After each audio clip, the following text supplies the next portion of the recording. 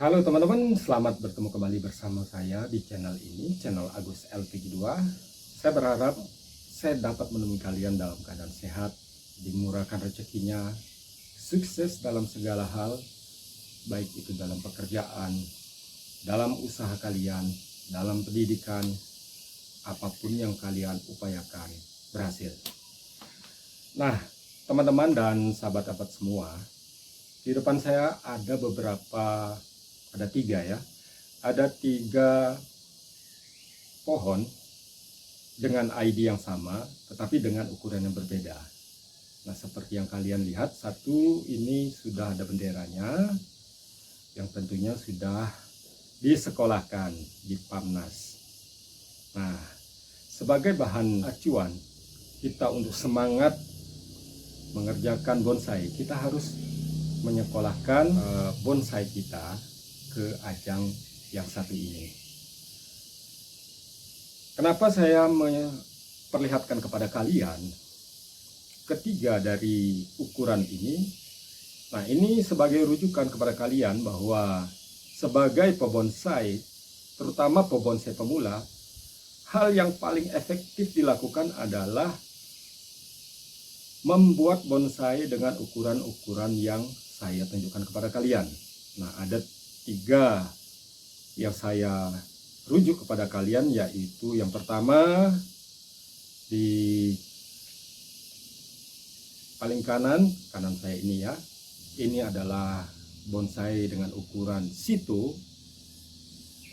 dengan ketinggian kurang lebih 7 cm. Ukuran mame kurang lebih 15 cm dan bisa diturunkan kembali apabila kita menanamnya lebih press lagi ke bibir pot. Kemudian yang terakhir yang saya tunjukkan kepada kalian ini adalah ukuran small. Ukuran small dengan ketinggian kurang lebih 22 cm. Ada satu pertanyaan yang mungkin kalian ajukan. Wah, tanaman begitu dengan kondisi seperti itu kenapa kok bisa dapat bendera merah? Nah, ini mungkin jadi satu pertanyaan dan kita diskusi ya. Nanti kita akan perlihatkan lebih dekat apa sih yang menyebabkan bonsai yang saya ikutkan ke dalam PAMNAS itu mendapatkan bendera merah. Tetapi jangan lupa bahwa bendera merah yang dimaksud adalah saya ikutkan bonsai small ini di kelas small prospek. Nah, bagaimana pembahasannya nanti kita akan perlihatkan satu persatu.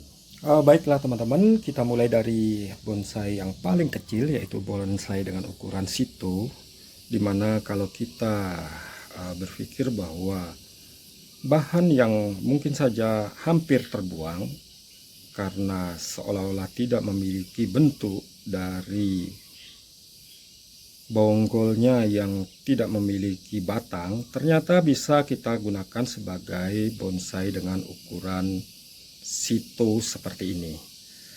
Nah, bagaimana disebut situ? Karena ukurannya di bawah 10 cm, sangat berbeda dengan bonsai yang ada di sebelahnya, ukuran mami dan ukuran small. Nah, sekarang kita kasih tunjuk dulu seberapa tinggi dari bonsai situ ini. Nah, kita sudah punya star di sini atau alat ukur. Nah, kurang lebih itu nanti kita akan buat di 7 cm ya.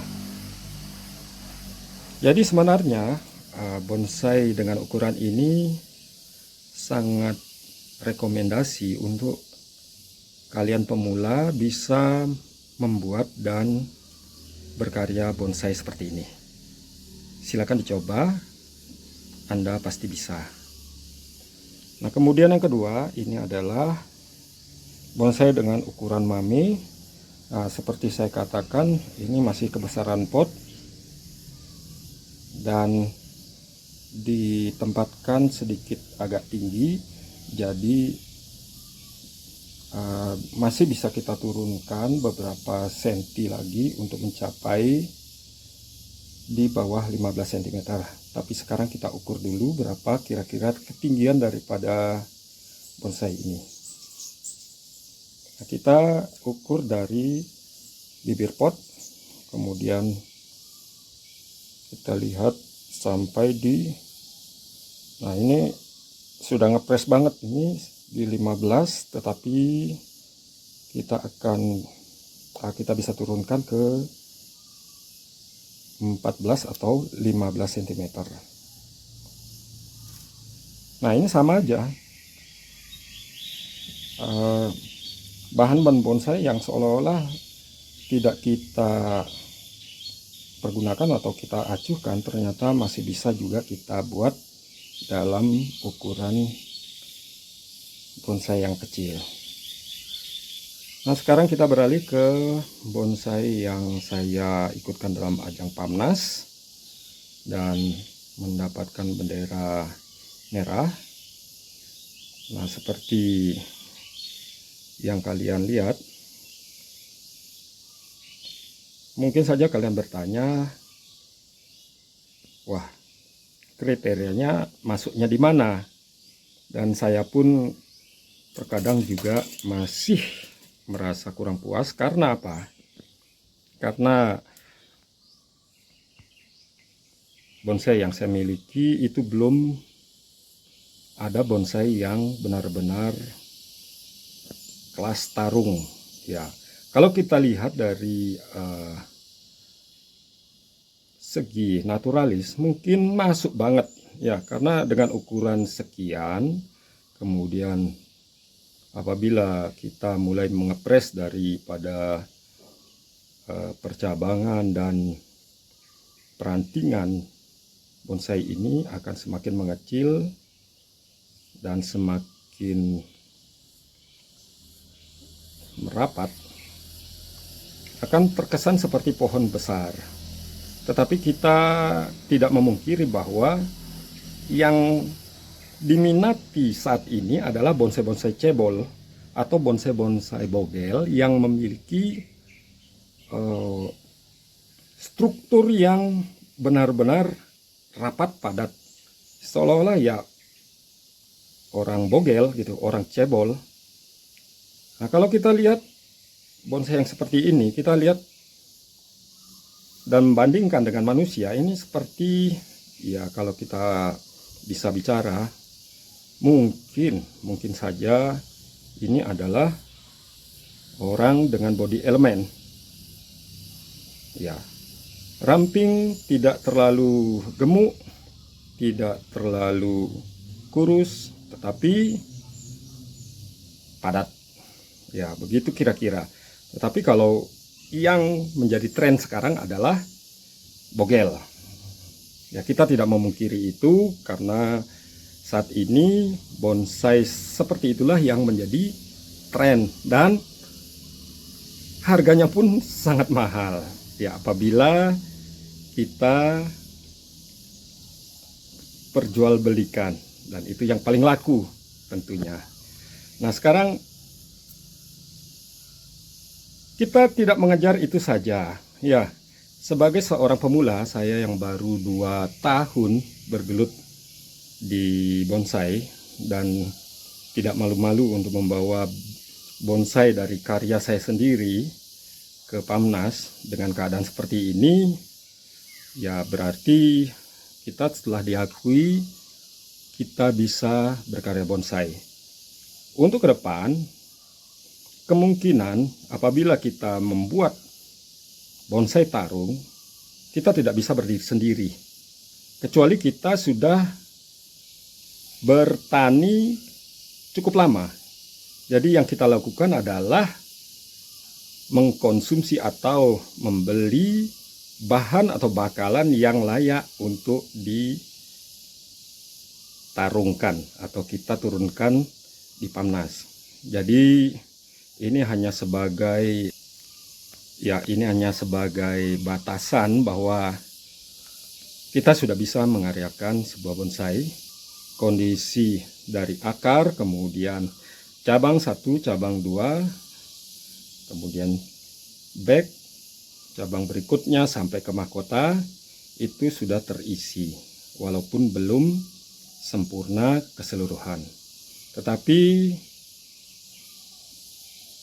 dapat dinilai dengan bendera merah. Nah, itulah kira-kira yang bisa menjadi rujukan kalian sebagai pemula. Mungkin saja kalian bisa membawa bonsai dengan cara membeli apabila kalian memiliki uang yang lebih.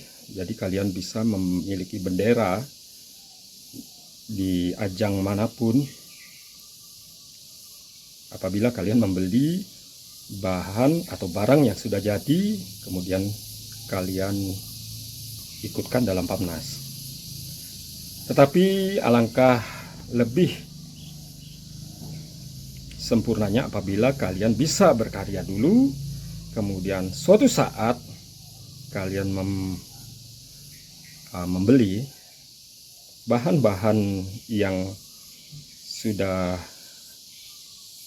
qualified atau memiliki karakter yang bagus dari pondasi, kemudian kalian berkarya sendiri untuk meneruskan sebuah bahan sehingga bahan tersebut menjadi bahan jadi, dan saya yakin suatu saat bahan itu akan menjadi bahan yang bernilai tinggi.